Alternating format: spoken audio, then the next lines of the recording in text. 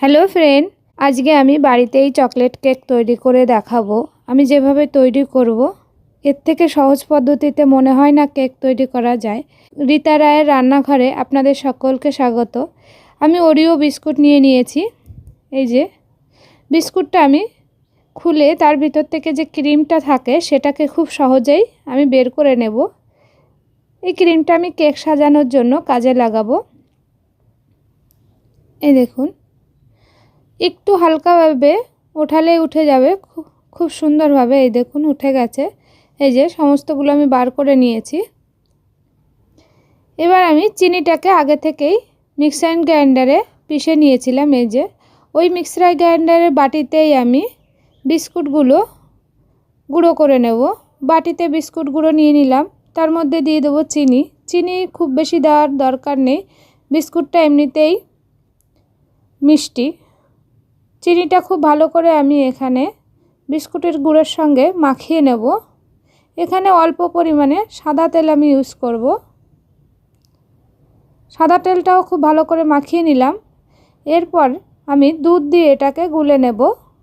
আপনাদের কাছে দুধ না থাকলে নর্মাল জল দিয়েও আপনারা এটা গুলে নিতে পারেন। আর লিকুইড দুধ না থাকলে গুঁড়ো দুধ দিয়ে লিকুইড দুধ তৈরি করে তারপরেও এটাকে ভালোভাবে গুলিয়ে নিতে পারেন। এই যে আমি প্রথমে একটু চামচ দিয়ে মিশিয়ে নিচ্ছি। এরপর আমি হাত দিয়ে এটাকে খুব ভালো করে মেখে নেব, যাতে সমস্ত কিছু খুব ভালো করে মিশে যায়। একটু চটকে চটকে এটাকে মাখিয়ে নেব। এই দেখুন কেকের ব্যাটারটা আমার তৈরি হয়ে গেছে। এই সময় আমি বেকিং পাউডারটা দিয়ে একই সাইড দিয়ে ঘুরিয়ে যাব। একই সাইড দিয়ে ঘোরালে খুব ভালো হয়। আপনারা চেষ্টা করবেন যাতে একই সাইড দিয়ে ঘোরানো হয়।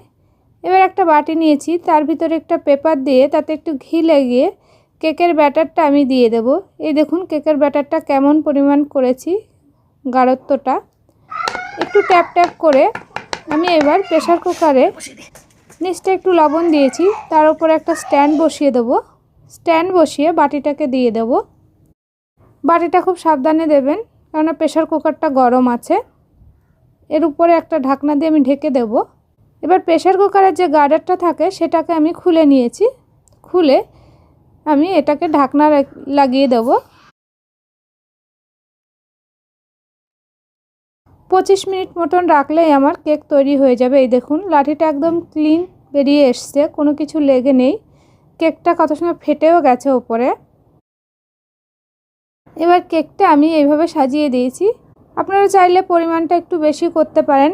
আমি যেহেতু পরিমাণটা কম করেছি তাই এরকম দেখা যাচ্ছে। খুবই সুন্দর হয় খেতে। একবার হলেও বাড়িতে এইভাবে চকলেট কেক বানিয়ে দেখবেন।